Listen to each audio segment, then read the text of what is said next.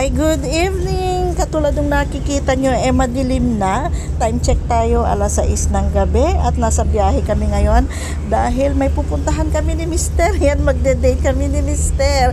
Kung saan, makikita nyo yan mamaya. At syempre, kasama namin yung mga anak namin dahil ihahatid kami papunta doon at susunduin din kami pauwi mamaya. O, di ba? Extended yung ating birthday celebration. Nasa may bandang EDSA na kami at medyo matraffic. Sana lang hindi tayo malate doon sa ating pupuntahan. Ayan, nandito na tayo sa ating destinasyon. Ayan, welcome to Astoria Plaza Hotel. O, di ba sosyal? Ayan, baba lang kami at papasok na kami sa loob. See you later! And ayun na nga, nandito na tayo sa Cafe Astoria. And ayan, nag-fill up na si Mister ng attendance namin. Alam nyo kasi, meron nag-refer sa amin dito. At andito kami para i-avail yung kanilang complimentary dinner buffet for 2. Kaya andito kami ni Mister. At pagkatapos ng aming dinner, makikinig naman kami sa maiksing presentation nila tungkol sa kanilang Astoria Plaza Hotel. Part ito ng kanilang advertising campaign dahil nga ipinopromote nila ang kanilang hotel. Ang Astoria Plaza Hotel ay isang 5-star hotel at ang kanilang main branch ay located dito sa Ortigas, Pasig City, kung saan kami nandoon ngayon. At pagkatapos ng kanilang presentation, syempre itutour naman nila tayo sa kanilang room. Tingnan natin kung maganda ba talaga yung kanilang room at kung malinis ba. Mamaya lahat yan pagkatapos natin kumain. Pero ngayon, enjoyin ko muna yung kanilang pagkain. Titikman natin kung masarap ba dahil napakarami nilang pagkain na nadaanan ko kanina. Itatry natin lahat yan. Sakto-sakto dahil gutom na ako. Hindi talaga ako kumain sa bahay para makakain tayo ng maayos ngayon dito sa kanilang cafe and restaurant. Ayan, nakita nyo naman kung paano ngumalngal ang inyong Mami G. Grabe. At ang dami nilang dessert. Ang dami mong pagpipilian. Kaya titikman natin lahat yan. At syempre yan yung mga nakahain nilang pagkain. Ayan. Andyan yung pork. May nakita ako dyan na fish, fillet. At yung iba hindi ko alam kung anong tawag dyan. Basta masarap yan. Si Mister, piling-pili lang talaga yung kinakain ni Mister dahil syempre nag-iingat din dahil sa kanyang kalusugan, sa kanyang health. At syempre humingi din tayo ng coffee dyan para mas maganda yung ating pagkain ng dessert. Ayun, di ba nakikita ninyo? Sobrang dami kong kinuha talaga. At meron din silang ramen. Yes, si Mister. Konti lang talaga yung kinain ni Mister. Ayan, nag-e-enjoy talaga ako sa dessert. Alam niyo yung dessert, sobrang dami kong kinain. Kaya lang hindi ka magigilty kasi hindi siya yung super sweet. Yan, tamang-tama lang yung kanyang pagkatamis. Yung hindi ka mauumay ba. Ayan, nakadalawang cup ako ng kape dahil napakasarap yun ng kanilang kape. Frankie? Ang matandaan din.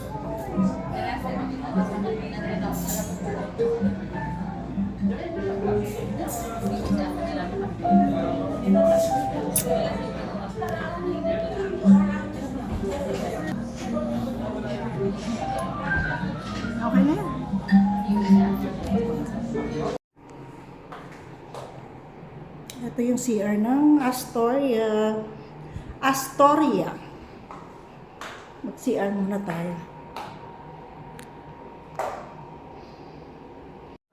Ito yung buong 8 hectares. Ayan, tapos na sila sa kanilang presentation. Itutur naman nila tayo ngayon. Pag nilibot nyo po yan, nakabuhat po ito.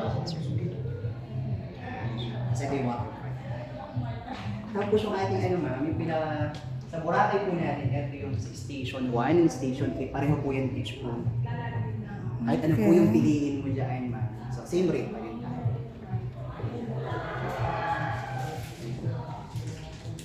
Palawan natin, Greenbelt and Astoria.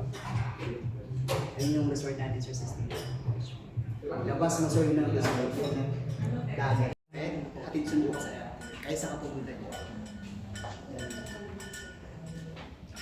Alam mo yung next time sir, kahit ma'am, G.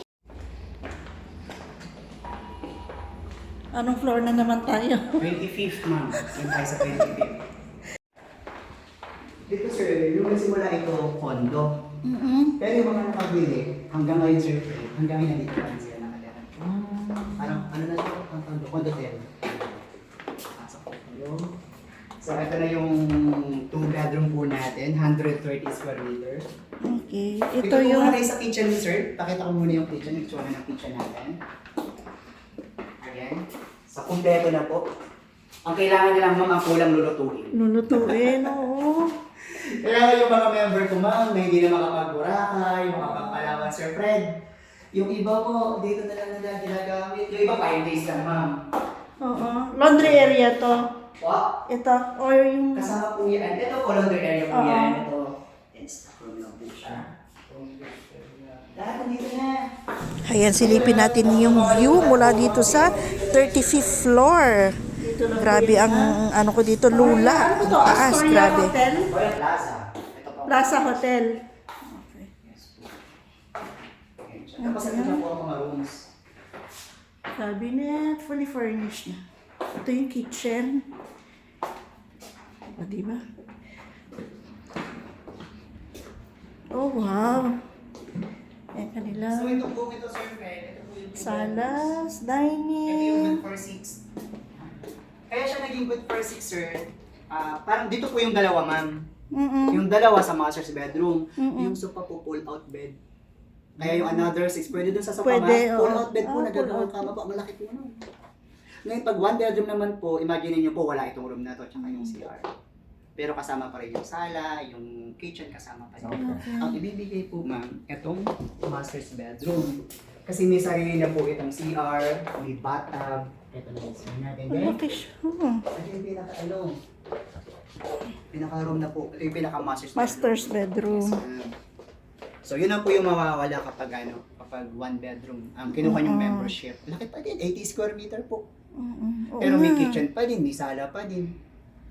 Kaya ang ginagawa ng iba, dito na lang, yung mga kaibigang malapit sa Maynila, ini-invite po dito sila nagsaselebrate. O kasi napakalaki na neto. Eh, may sala naman po talagang, kahit ang ginagawa po ng iba, susunduin sa lobby, yung mga Di visitors. ba? Parang ano lang sila sir, buong araw, dito sila nagmamahal. Ito yung Ay, may swimming pool. bathroom.